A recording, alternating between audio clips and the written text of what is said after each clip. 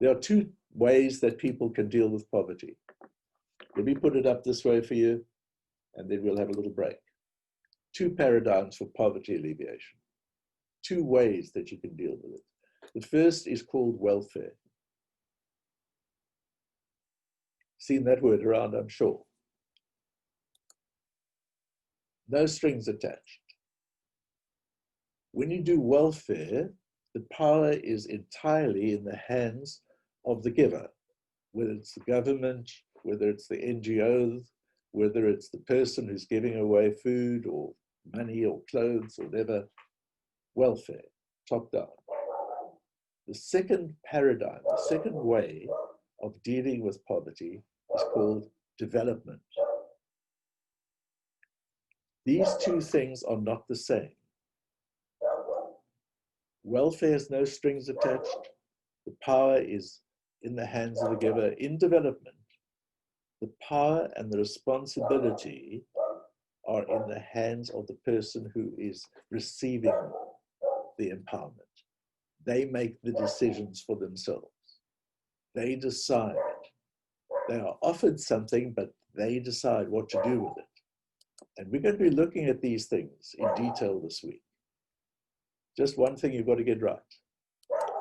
You know about oil and water? That's poverty and development. These two things don't mix. You can't mix welfare and development. Yeah. Just think about what's happened in the world. America subsidizes their farmers, as do the Western European nations. And so they have excesses that they could dump into the sea. So instead of dumping them into the sea, they bring them to Africa. And they give airplane loads, shiploads of food to places in Africa. And people become dependent on it. And when there is that food available, then the farmers stop farming because you can't compete with free food. That's what actually happens. Western countries in charge of aid programs won't stop these programs because they create a market for their own farm surpluses. That's the bottom line. And you know, we've learned in Africa that the way you deal with your economic problems is you go to the World Bank, you go to the IMF, and you ask for help. I was so proud of South Africa for many years, between 1994 and about 2004.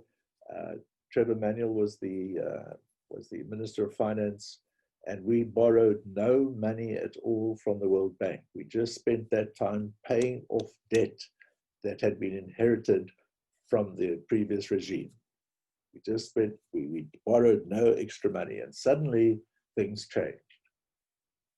And today we are deeper in debt than we've ever been in our history, because it's easy to get money from the IMF and the World Bank. The trouble is, when they give money, it comes with strings attached. They start telling you what to do and how to do it. 2008, the United States gave Ethiopia more than $800 million. That's nice. Only 7 million of that was for agricultural development. So the Ethiopian farmers, way back in 2008, stopped farming. Fortunately for Ethiopia, their newer governments, the ones that were elected in recent years, have changed things dramatically. They don't go with begging bowls anymore. They grow coffee and they export fabrics all over the world. They have climbed out of poverty. While here in sub-Saharan Africa, poverty increases. And as we go, have a little break now, we've got to decide, I guess. I'm either part of the problem or I'm part of the solution.